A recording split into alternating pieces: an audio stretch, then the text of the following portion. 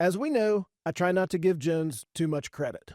I try to avoid that whenever I can. However, I think credit must be given where it's due.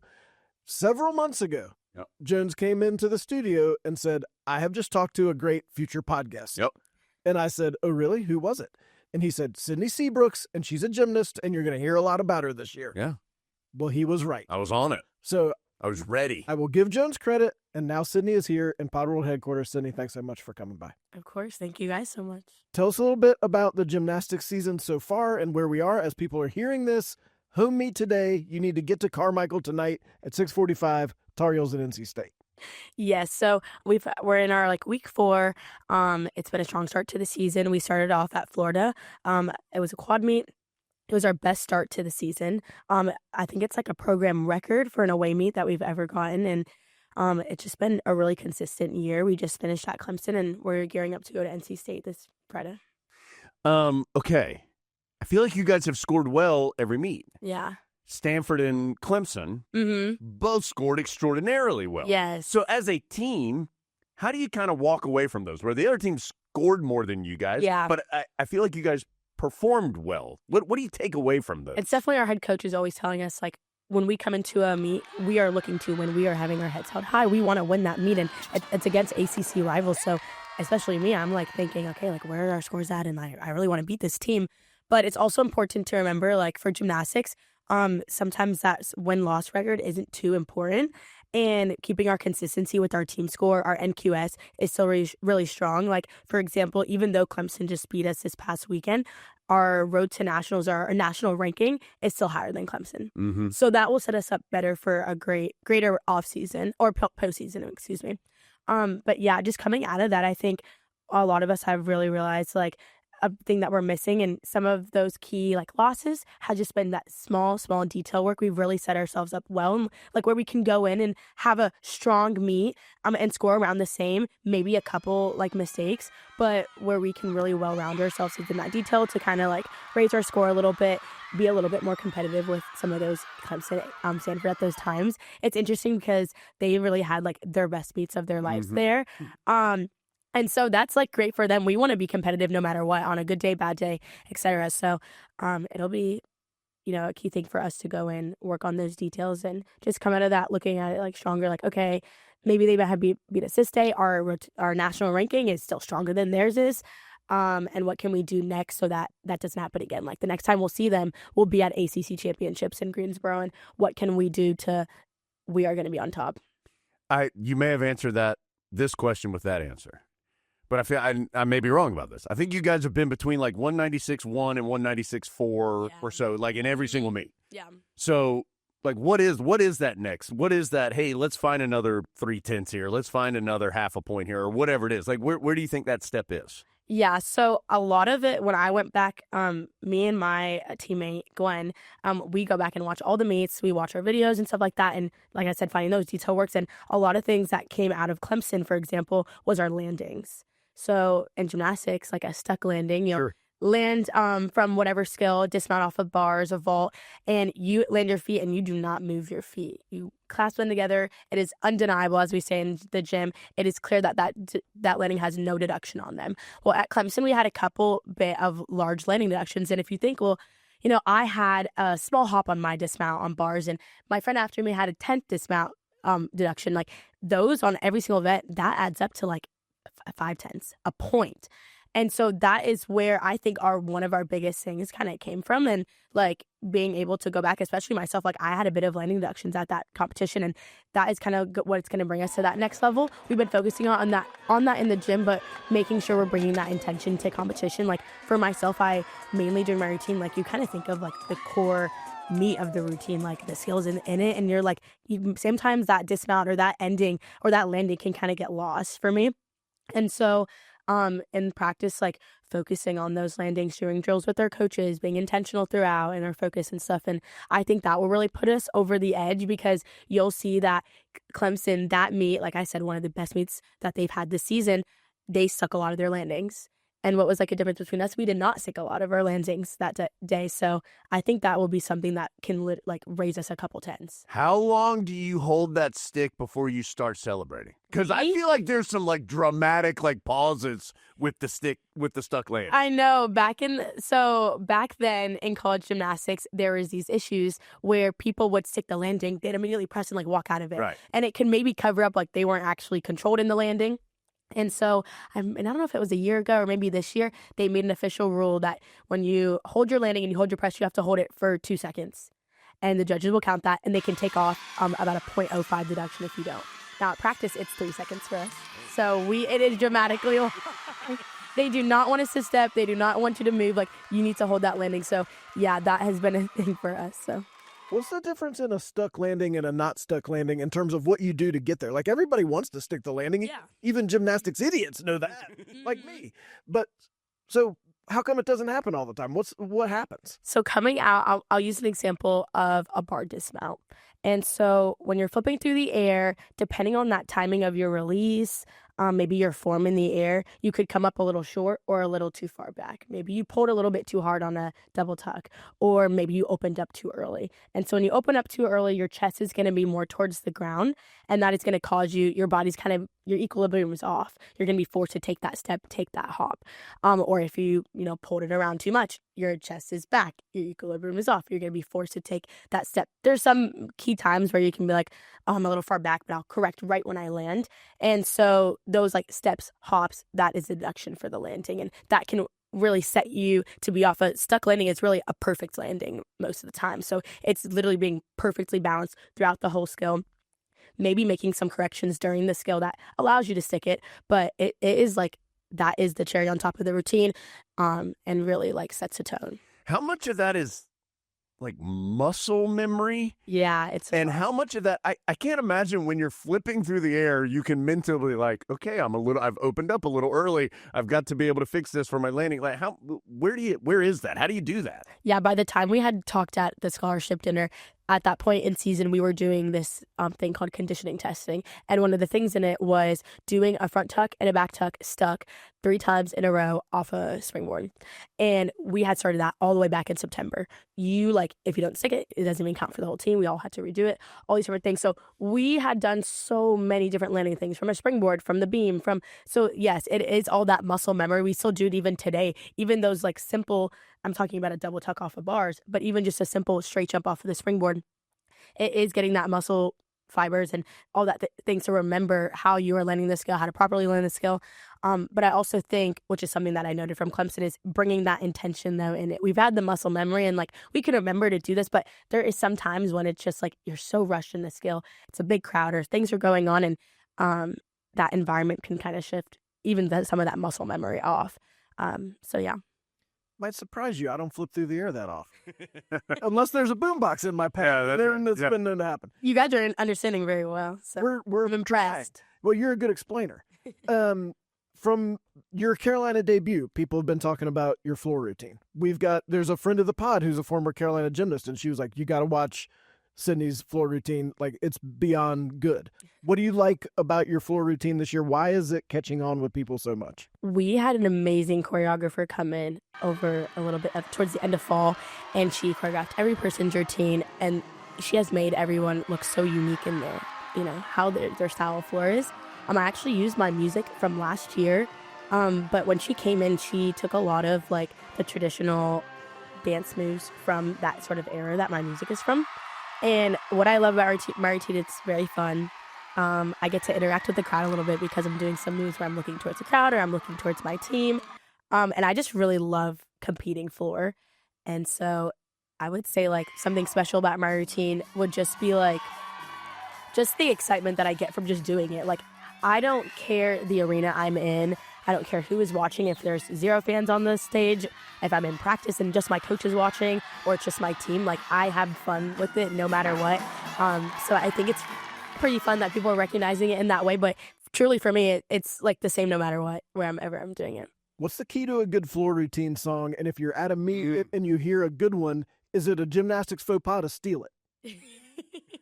Well, I mean, you're not going to change songs in the middle of the year. Well, let's file it right for next week. No, yeah, I'm always at meets and I'm like, that's a really good floor music. It just depends on your style because everybody's a little different with what they like.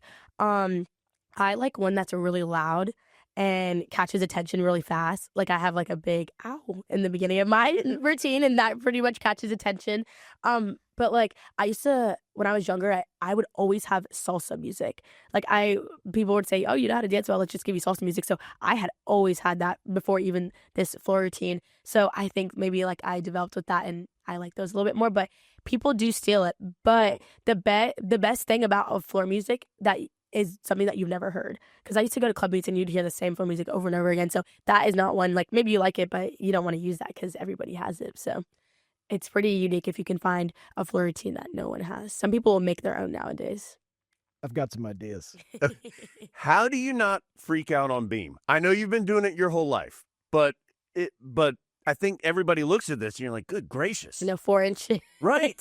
So when were you able to become comfortable there? Yeah, I actually had a lot of struggles when I was growing up in club gymnastics with beam, and I'd practice so well and I'd go to meet and I'd fall and I'm like, what am I even doing wrong? Like, I don't know.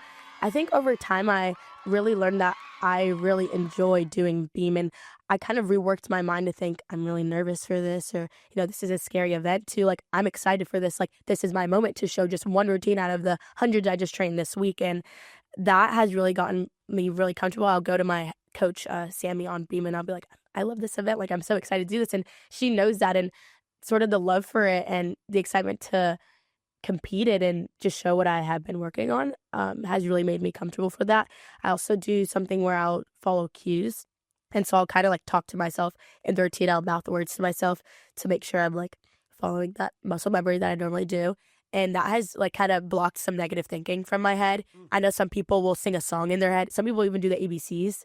So things that it is like stressful because it's like a slower routine and it's a minute and 30 that you have to be up there, and you're doing so many different skills and so many things to remember. But it's like, what can you do for yourself to stay calm? So everybody's a little different, but I like doing the cues.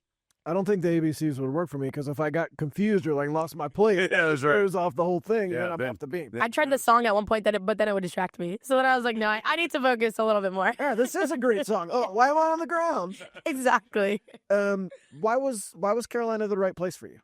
Yeah, I've been asked this so many times. I started my recruiting process back in 2023. I went to 7 different schools at that time, a lot of visits. And I came here, and I actually didn't think I was going to come here at first. And then over time, after some of my visits, I was like, this place has a really good balance of academics and athletics.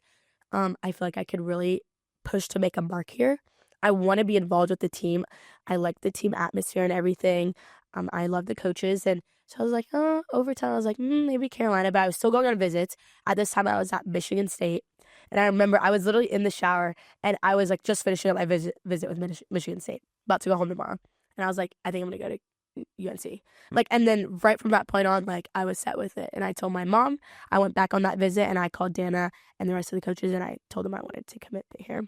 But over time, like, that sort of love for Carolina has really grown. And like I said, like, I think truly out of all those 7 visits, I went on amazing schools.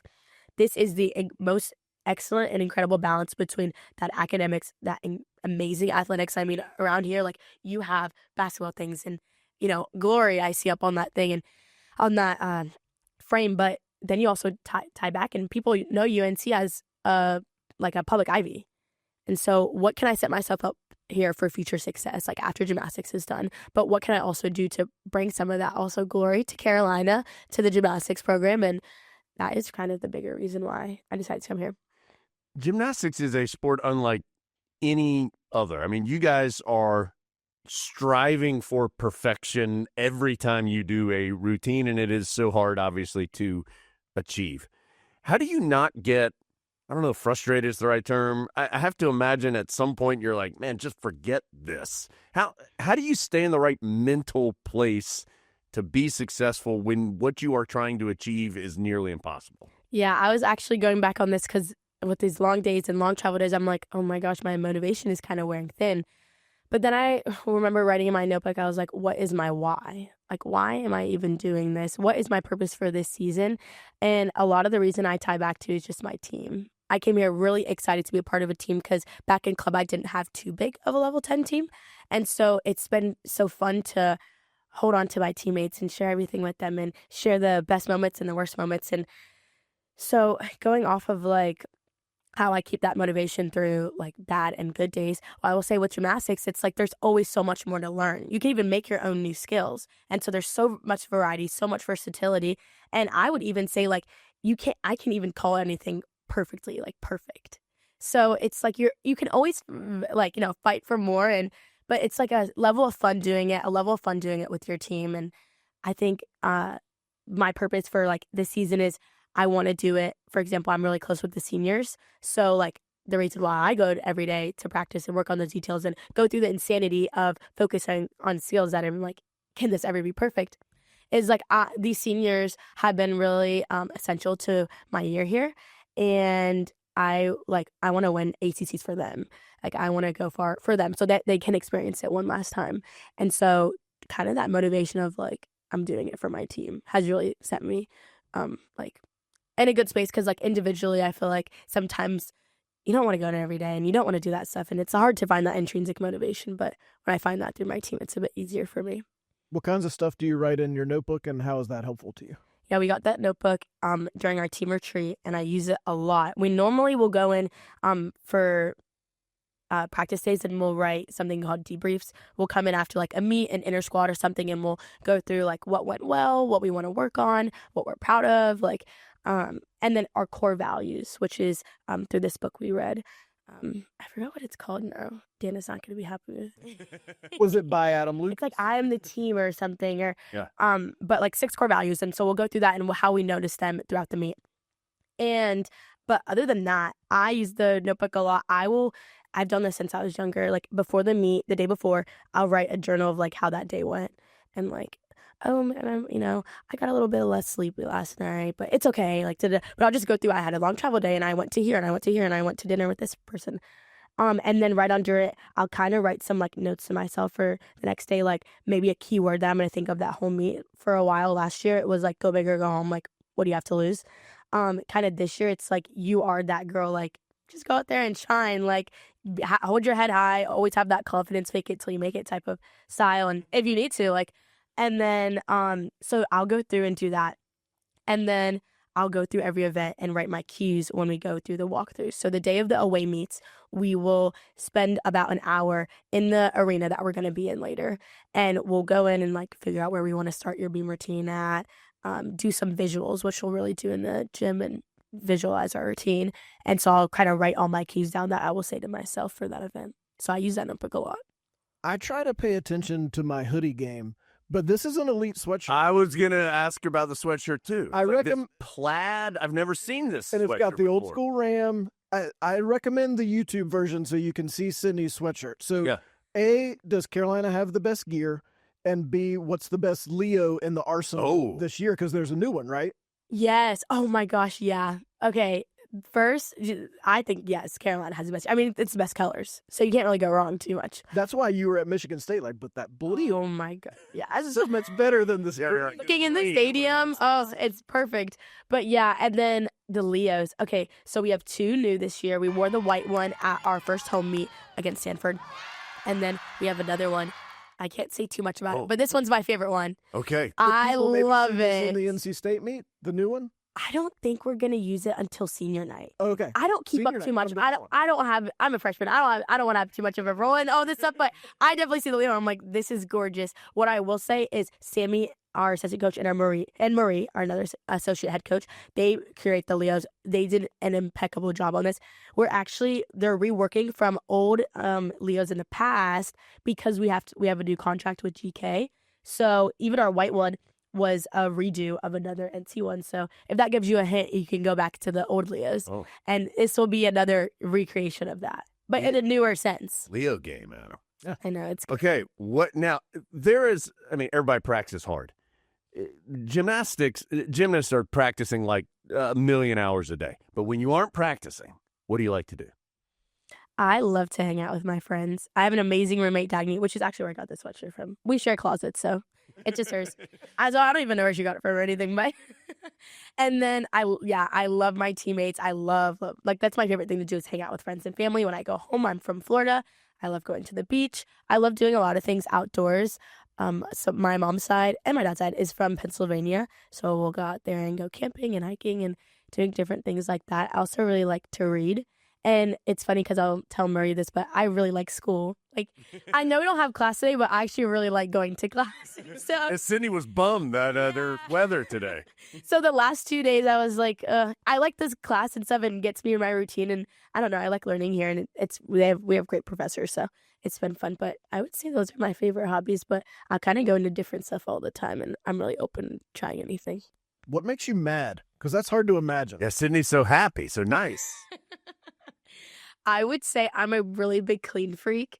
And so, like, yeah, I'm very, very organized. So, like, if my side was messed up in any way, or if I come back and clean something, like, that wasn't caused by me, that would make me upset. But I try to deal with it in a good way. But nobody does that to me. How good you feel after you clean something, and it's like, man, now it's clean. I have a whole schedule of how I clean. I never go to sleep with my bed, like my room, messy at all. Like I can't do it. But other things, I don't know. I don't think anything else really makes me mad. Make your bed every morning? Yeah. You seem like you would. Yeah. Why wouldn't you have? What is this slovenly? Like, what is this? Why wouldn't you? I got home after the Syracuse game and cleaned the counters in the kitchen in my house at like midnight. Why wouldn't you? But then you wake up and you're like, oh, I did all of that. Like I get all my cleaning and all my laundry done before the weekend, and then I don't have to do technically anything on the weekend. Yeah. Is your roommate clean? No. How's that going? So dirty. I love her with all my heart, so I don't even care.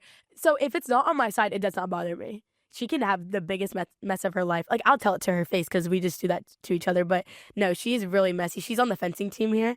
She is the most low-key. Yeah. Does she have the swords, like, in your apartment or house or whatever? I'm scared, so I can't get on her bad side. Impale me. No, she's like, her being messy, like, matches with her personality because she's the most low-key, chill person I have ever met. Like, her schedule, I'm like, how do you even survive this way? You'd think, like, athletics, you're super disciplined. Like, she can go to sleep at 1 and wake up at 7 and be like her normal self and have all the energy and go to a bunch of lessons and everything. So she is amazing. She's great. But yeah, she's definitely messier than I am. Okay. Let's take us through here as you guys go through the, I don't know, last 2/3 of your year, last half of the year, whatever it is. Like, what's important for you individually and what's important team-wise for you guys to continue to grow? Yes. So I definitely am one who takes it week by week. I can think of some of the meets that we have, but I don't even know the order they're in. I like to really focus on, like, we're going to NC State this weekend. I want to focus on that. For individually, I kind of want to continue on improving my floor a little bit more. Like, of course, I want to vouch for the 10. Can you get a 10? Could you get a 10 on floor, Cindy? I hope so. You want to call your shot right now? What do you? Because you were 9975 or 995? I was 995 at Florida. And the meet afterwards, Stanford, and then I was 9-9 against Clemson. Okay. What did they take off the .05 for? Yeah, for Florida. Yeah, I think it was my leap. Like my one leg was a little bit lower, which I agree. I don't want to get a 10 if it's not a 10. Like, I will go back and look at the Clemson routine, and I'll be like, I could take the deduction here and here. So if I see it, take it. Like, It doesn't bother me. So it was a legit .05. For the Florida one, yeah. And then for Clemson, we looked back at the 05s too. They took 2 05s. They were a little different than what I thought the actual deductions were going to be. The judging was a little interesting there, but no matter what, like, that's what Sydney's saying. It's corrupt. I will take whatever they give me. I'm not going to argue or anything. Like, it's just my side to, okay, I'll go back and improve on that. Like, whatever you think you saw, like, you're the judge, so I'll just go on to improve on that so you can't take it again. So of course, I'd love to get the 10 on floor. I'd love to continue for the all-around, but I'm really based off, like I tell Dana all the time, like, I will do whatever the team needs me to do. Like, whatever role you want to put me in, I will be in that role, and if it's best for the team, if the team is going to win because of that, like, I am all up for that. I will do that. So, team-wise, looking for the rest of the season, I mean, in my mind, I really want to vie for that ACC title, so, like, what can we do to put ourselves in that position? I think we're really wanting to go 197 sometime soon. We've been in that mid-196 range. Like I said, those landings and certain details I think could really put us over the top. And so hopefully sometime soon we have that. We have a couple away meets that are podium, and we'll be experimenting because we'll have 2 meets like within 3 days. And so that'll be like interesting to see how that works. But in the postseason, we'll have a little bit more of that as well, like those 2-day meets. So practicing with that, getting that training. I like always say in the gym, like everything is preparation for the meet day. Like a good day, a bad day at practice, preparation for meet day. And so yeah, going that 197, hopefully that ACC title. And I think we put out our goals, like we are wanting to really vie for going to the national championship, which is in Fort Worth, Texas. So that's going to be that top 8. For comparison, I'm pretty sure we're like in the 12th right now. So like still like getting those details and working on those things. And so it'll be interesting to see. But team-wise, like I said, I'm a just listen to what everybody says to me. And of course I want things, but I will just do whatever I need to do.